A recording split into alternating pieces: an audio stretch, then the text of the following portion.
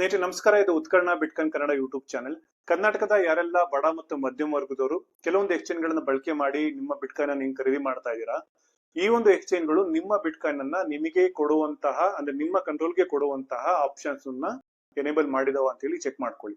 ಒಂದ್ ವೇಳೆ ಎನೇಬಲ್ ಮಾಡಿಲ್ಲ ಅಂತಂದ್ರೆ ಈ ತರ ಎಕ್ಸ್ಚೇಂಜ್ ಗಳನ್ನ ಬಳಕೆ ಮಾಡುವಂತ ಅವಶ್ಯಕತೆ ಇದೆಯಾ ಅನ್ನುವಂತ ಪ್ರಶ್ನೆಗಳನ್ನ ನೀವೇ ಕೇಳ್ಕೊಬೇಕಾಗತ್ತೆ. ಯಾಕೆಂತಂದ್ರೆ ಅರ್ಧ ಗಂಟೆ ಮುಂಚೆ ಒಂದು ಪೋಡ್ಕಾಸ್ಟ್ ನ ನೋಡ್ತಾ ಇದ್ದೆ.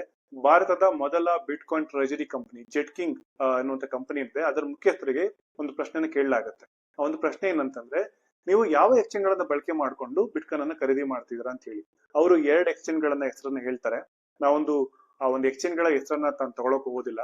ಬಟ್ ಇಲ್ಲಿ ಅರ್ಥ ಮಾಡ್ಕೊಬೇಕಾದ್ ಏನಂತಂದ್ರೆ, ಆ ಒಂದು ಎಕ್ಸ್ಚೇಂಜ್ ಗಳು ಜೆಟ್ ಕಿಂಗ್ ಅನ್ನುವಂತ ಕಂಪನಿ ಬಿಟ್ಕಾಯಿನ್ ಅನ್ನ ಖರೀದಿ ಮಾಡದ್ಮೇಲೆ ಕೇವಲ 20 ರಿಂದ 30 ನಿಮಿಷಗಳ ಒಳಗೆ ಆ ಒಂದು ಬಿಟ್ಕಾಯಿನ್ ಅನ್ನ ಕಂಪನಿಯ ಕಂಟ್ರೋಲ್ಗೆ ಕೊಡ್ತಾ ಇದ್ದಾರೆ.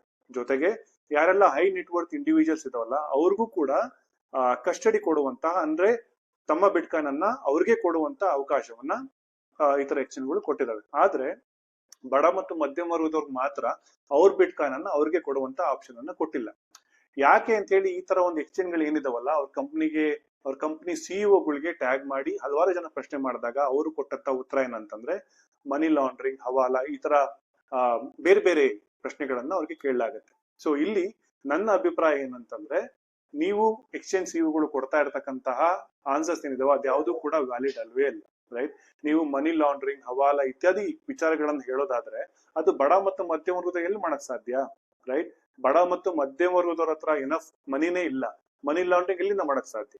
ಹಾಗಾಗಿ ನೀವು ಯಾವುದೇ ಒಂದು ಡೇಟಾ ಕೂಡ ಕಲೆಕ್ಟ್ ಮಾಡಿ, ಅದು ಎನ್ಫೋರ್ಸ್ಮೆಂಟ್ ಡೈರೆಕ್ಟರಿ ಆಗಿರ್ಬೋದು, ಹಲವಾರು ತನಿಖೆ ಸಂಸ್ಥೆಗಳನ್ನ ತಗೊಂಡು ಯಾರು ಯಾವ ವರ್ಗದ ಜನ ಮನಿ ಲಾಂಡ್ರಿಂಗ್ ಮಾಡಿದ್ದಾರೆ ಅಂತ ಹೇಳಿದ್ರೆ ಅಲ್ಲಿ ಬಡ ಮತ್ತು ಮಧ್ಯಮ ವರ್ಗದ ಹೆಸರು ಬರೋದೇ ಇಲ್ಲ. ಯಾಕಂದ್ರೆ ಅವ್ರ ಹತ್ರ ಅಷ್ಟು ಹಣನೇ ಇಲ್ಲ. ಸೊ ಇಲ್ಲಿ ಅರ್ಥ ಮಾಡ್ಕೊಬೇಕಾದಂತ ವಿಚಾರ ಏನಂತಂದ್ರೆ, ಬಹುತೇಕ ಬಡ ಮತ್ತು ಮಧ್ಯಮ ವರ್ಗದವ್ರಿಗೆ ನಮ್ಮ ಬಿಟ್ಕಾಯಿನ್ ಅನ್ನ ನಮ್ಮ ಹತ್ರನೇ ಇಟ್ಕೊಳ್ಳುವಂತಹ ಒಂದು ಅವಕಾಶ ಇದೆ, ಆ ಒಂದು ಫೀಚರ್ ಬಿಟ್ಕಾಯಿನ್ ನಮಗೆ ಕೊಟ್ಟಿದೆ ಅನ್ನೋದೇ ಬಹುತೇಕ ಜನರಿಗೆ ಗೊತ್ತಿಲ್ಲ. ಹಾಗಾಗಿ ಇದು ಕೆಲವರಿಗೆ ಅಡ್ವಾಂಟೇಜ್ ಕೂಡ ಆಗಿರ್ಬೋದು. ಸೊ ಇದೊಂದು ಸಿಂಪಲ್ ಆಗಿ ಅರ್ಥ ಮಾಡ್ಕೊಳ್ಳೋದಕ್ಕೆ ಒಂದು ಉದಾಹರಣೆ ಹೇಳ್ತೀನಿ. For example, Malabar gold and diamonds ಹೋಗಿ ನಾವು ಒಂದು ಚಿನ್ನ ಖರೀದಿ ಮಾಡ್ತೀವಿ ಅಂತಂದ್ರೆ ಬಡ ಮತ್ತು ಮಧ್ಯಮ ವರ್ಗದವರು ಒಂದು 5,000 ರೂಪಾಯಿ ಬೆಲೆ ಬಾಳುವಂತ ಚಿನ್ನ ಖರೀದಿ ಮಾಡ್ಬೋದು, 10,000 ರೂಪಾಯಿ ಬೆಲೆ ಬಾಳುವಂತ ಚಿನ್ನ ಖರೀದಿ ಮಾಡ್ಬೋದು, ಅಥವಾ 50,000 ರೂಪಾಯಿ ಬೆಲೆ ಬಾಳುವಂತ ಚಿನ್ನ ಖರೀದಿ ಮಾಡಬಹುದು. ಚಿನ್ನ ಖರೀದಿ ಮಾಡಿದ್ಮೇಲೆ ಎಲ್ಲರೂ ಕೂಡ ಚಿನ್ನನ ಮನೆಗೆ ತಗೊಂಡು ಹೋಗ್ತಾರೆ.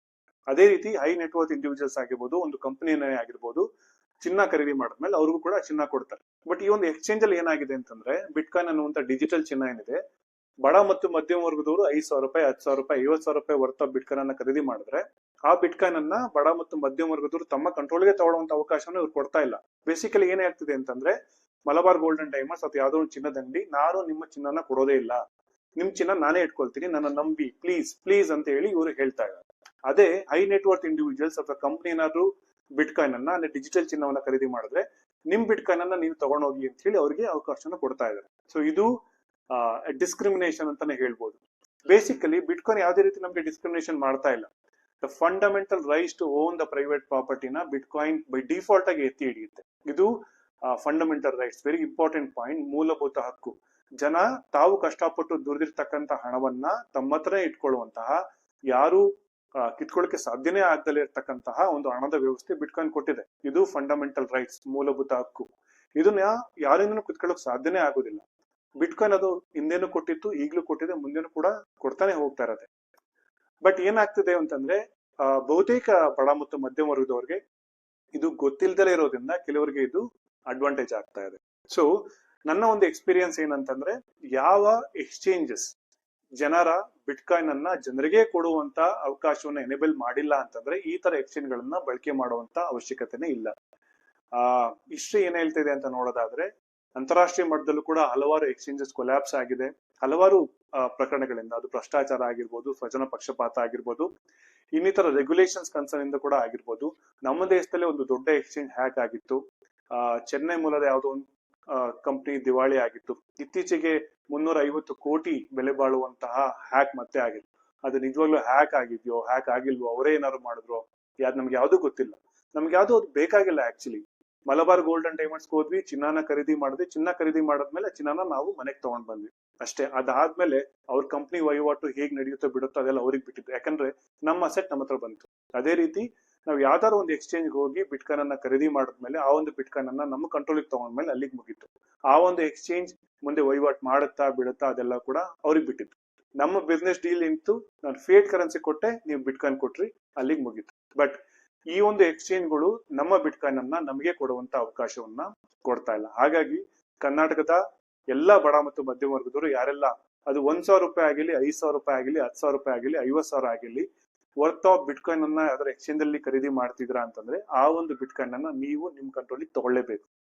ಈಗ ಒಂದು 3-4 ವರ್ಷದ ಹಿಂದೆ ಸಫಿಶಿಯಂಟ್ ಟೆಕ್ನಾಲಜಿ ಅಂದ್ರೆ ಲೇಯರ್ 2 ಟೆಕ್ನಾಲಜಿ ಅಷ್ಟೊಂದು ವೈಡ್ ಸ್ಪ್ರೆಡ್ ಆಗಿ ಅಡಾಪ್ಟ್ ಆಗಿರ್ಲಿಲ್ಲ. ಈಗ 2,000 ರೂಪಾಯಿ ವರ್ತ್ ಆಫ್ ಬಿಟ್ಕಾಯಿನ್ ಅನ್ನು ಕೂಡ ನಮಗೆ ಕಂಟ್ರೋಲ್ ತಗೊಳ್ಳುವಂತ ಅವಕಾಶಗಳು ತುಂಬಾ ಇದಾವೆ. ಹಾಗಾಗಿ ಈ ತರ ಎಕ್ಸ್ಚೇಂಜ್ ಗಳನ್ನ ಬಳಕೆ ಮಾಡುವಂತ ಅವಶ್ಯಕತೆ ಇಲ್ಲ. ಸೊ ಈ ಒಂದು ವಿಡಿಯೋದ ಟೇಕ್ ಅವೇ ಏನು, ನೆಕ್ಸ್ಟ್ ಆಕ್ಷನ್ ಐಟಮ್ ಏನಂತಂದ್ರೆ, ಕರ್ನಾಟಕದ ಎಲ್ಲಾ ಬಡ ಮತ್ತು ಮಧ್ಯಮ ವರ್ಗದವರು ಯಾರೆಲ್ಲ ಈ ಒಂದು ವಿಡಿಯೋ ನೋಡ್ತಾ ಇದೀರಿ, ನೀವು ಏನಾದ್ರು ಬಿಟ್ಕಾಯಿನ್ ಅನ್ನ ಖರೀದಿ ಮಾಡಿದ್ರೆ ಯಾವ ಎಕ್ಸ್ಚೇಂಜ್ ಅಲ್ಲಿ ಖರೀದಿ ಮಾಡಿದ್ರ ಅಂತ ನೋಡಿ, ಆ ಒಂದು ಎಕ್ಸ್ಚೇಂಜ್ ಅಲ್ಲಿ ನಿಮ್ಮ ಬಿಟ್ಕಾಯಿನ್ ಅನ್ನ ನಿಮ್ಮ ಹತ್ರನೇ ತಗೊಳ್ಳುವಂತ ಅವಕಾಶವನ್ನ ಅವ್ರು ಕೊಡ್ತಾ ಇದಾರೆ ಇಲ್ವಾ ಅಂತ ನೋಡಿ. ಒಂದು ವೇಳೆ ಏನಾದ್ರು ಕೊಡ್ತಾ ಇದ್ರೆ ಅದನ್ನ ಈ ಕೂಡಲೇ ನಿಮ್ಮ ಕಂಟ್ರೋಲ್ ತಗೊಳ್ಳಿ. ಇಲ್ಲ ಕೊಡ್ತಾ ಇಲ್ಲ ಅಂತಂದ್ರೆ ಆ ತರ ಎಕ್ಸ್ಚೇಂಜ್ ಗಳನ್ನ ಬಳಕೆ ಮಾಡುವಂತ ಅವಶ್ಯಕತೆ ಇಲ್ಲ ಅನ್ನೋದು ನನ್ನ ಅಭಿಪ್ರಾಯ. ನೀವು ಕೂಡ ಅದನ್ನ ಕ್ರಾಸ್ ಚೆಕ್ ಮಾಡ್ಕೊಳ್ಳಿ.